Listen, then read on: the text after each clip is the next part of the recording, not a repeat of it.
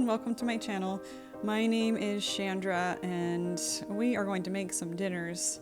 This is a whole chicken. I'm going to spatchcock it though. That means I'm going to cut out the backbone. I'll save that for making stock at another time, and I'll flatten it out kind of as much as I can, and it will cook so much faster.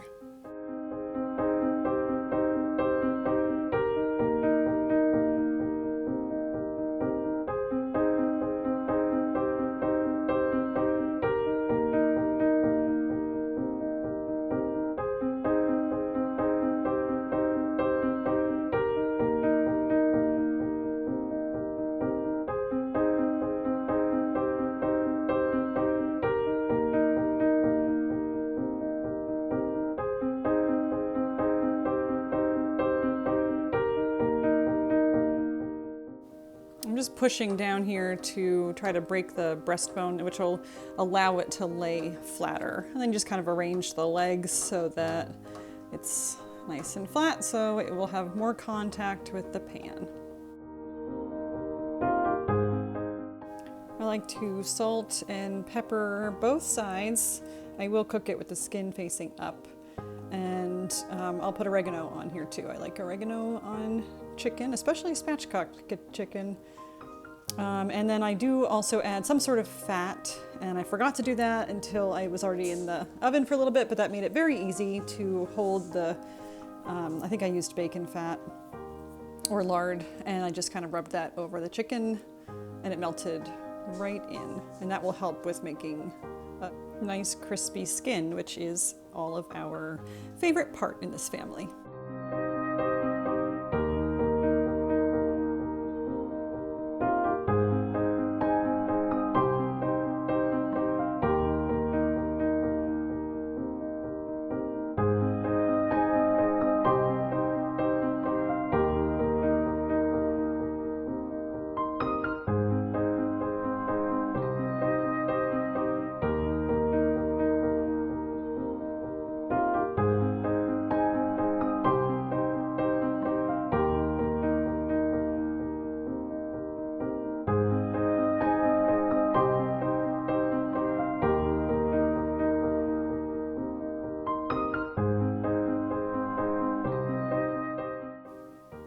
Now I'm getting some rice going. I'll add salt and also a piece of kombu seaweed.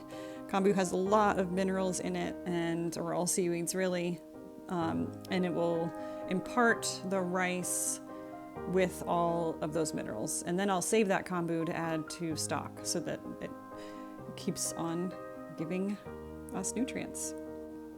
I'm also getting some quinoa going here. This is just for me. I was trying to eat quinoa for a bit there, but I really don't like it that much, so I stopped.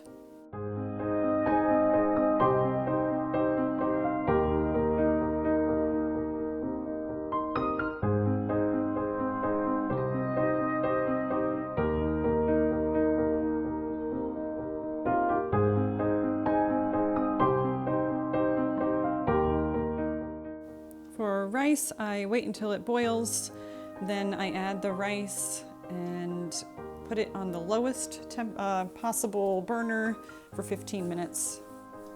Then I turn it off without opening the lid and let it sit for another 5 minutes at least. And that's it. I'm gonna pour this fat from the finished chicken into a measuring cup to separate, because it is fat and juices. I'm gonna cook my green beans right in this emptied pan. It has all those nice browned bits from the chicken cooking, so I'll stir that around. There's enough oil left in there to cook those, and they'll be back in the oven. Now I'm taking the oil that has separated from the juices off the top of this measuring cup. I'm gonna mix that with a thickener. I use cassava flour most of the time because my husband and I both don't do well with wheat, and this works just as well. So I'll thicken up that fat with the cassava flour, cook it for a little bit, and then add those juices from the chicken back in, and right away it thickens. I'll let that cook for a little bit.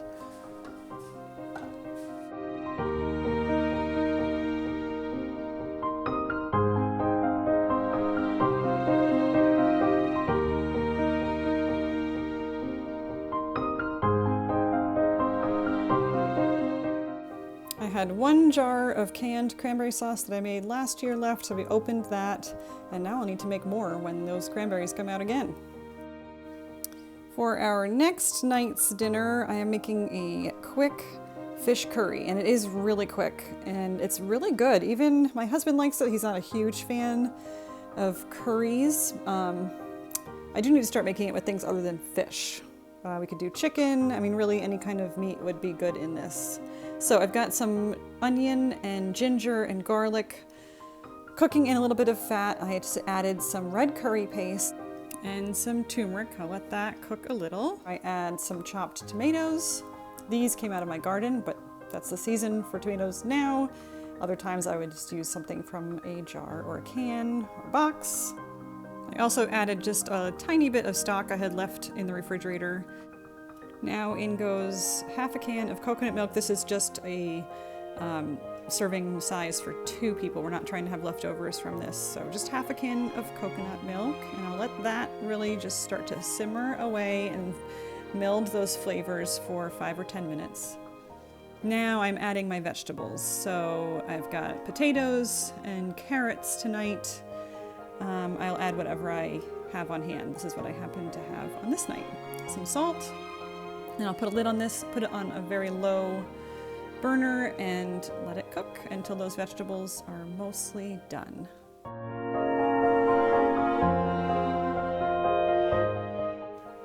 So you saw me get the rice going, and now I'm trying again with another different grain. I'm using millet this time, which I like much better, and that worked really well under this curry.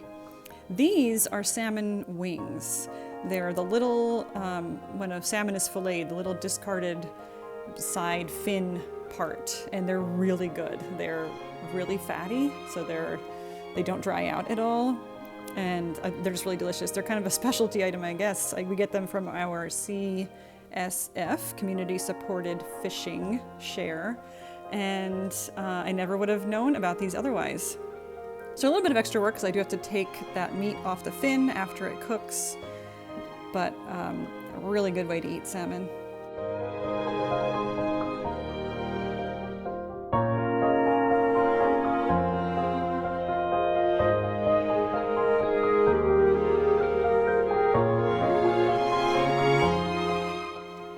This night I am home alone and I'm making dinner just for myself.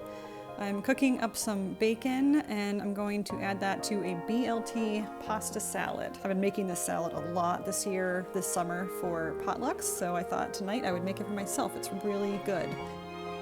So I've got scallions and tomatoes. I'll cut up some celery as well as some avocado.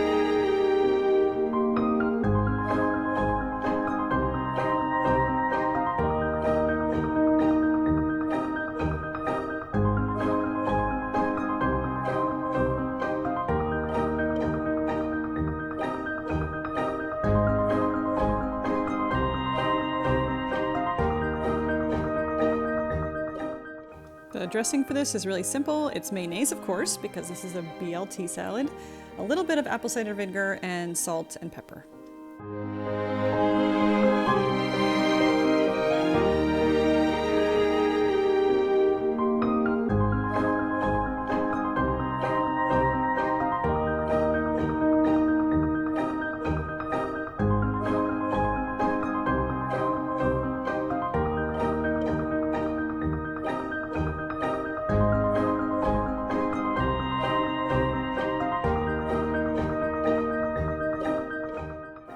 Tonight we are having peanut pork noodles. So usually I would use just ground pork for this. Right now we don't have ground pork, we only have different types of flavored ground pork. So this is a breakfast sausage, so kind of like sage. We also have Italian sausage. I think I used the breakfast sausage because we have more of it. Here I'm adding peanut butter to water. We always use rice noodles when we're cooking pasta, and I have found that the egg noodle variety of a rice pasta soaks up sauces so much better. So this is Jovial brand. I don't know what other brands might make an egg noodle, but it really does just work a lot better than plain rice pasta, which seems to just have like a slick of sauce on the surface and doesn't really soak it up. So I just added the rest of the ingredients to the peanut sauce, some coconut aminos and rice vinegar. Now I'm adding ginger. I grate this right from frozen into my seared ground pork. This is some chopped up kale. So this is kind of like a one-pot meal because you've got your vegetable, you've got your starch, and you've got your meat. That was just some sugar going into the sauce, and I used to avoid, I would leave out the sugar in sauces, but now I just want my kids to eat stuff, and sometimes if it's sweet, they will. I'm not sure if anybody ate this dinner. Leo might have tried it, my 8-year-old, but you know, it helps.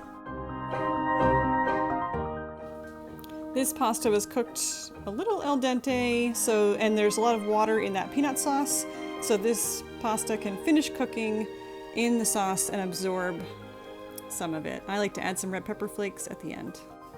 On Friday nights, we like to do something easy, so that morning I will mix up sourdough pizza crust, and that will just ferment all day. Sometimes I stretch and fold it, sometimes it doesn't matter too much what you do with it.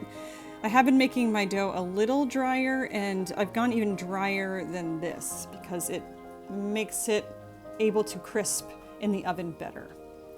So I have some homemade sauce. I can link this recipe below because I got it online. I make it in a big batch and freeze it in these pint jars. And actually I have my pizza dough recipe on my website, but I can put the updated version, which has more flour, down in the description box.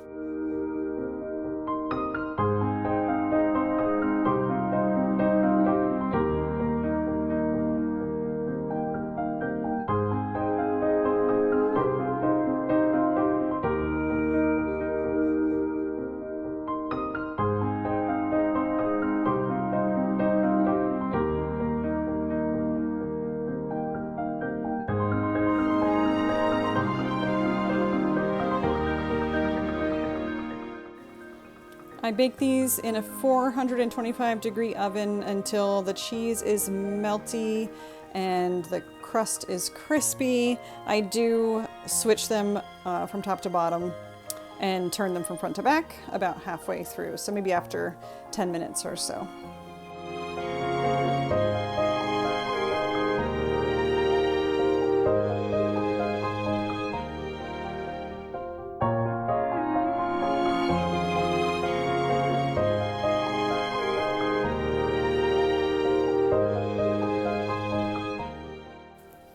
It just struck me as I'm watching this that these counters are now gone. There's no more green in my kitchen. The kitchen is definitely still in progress, but it looks really beautiful.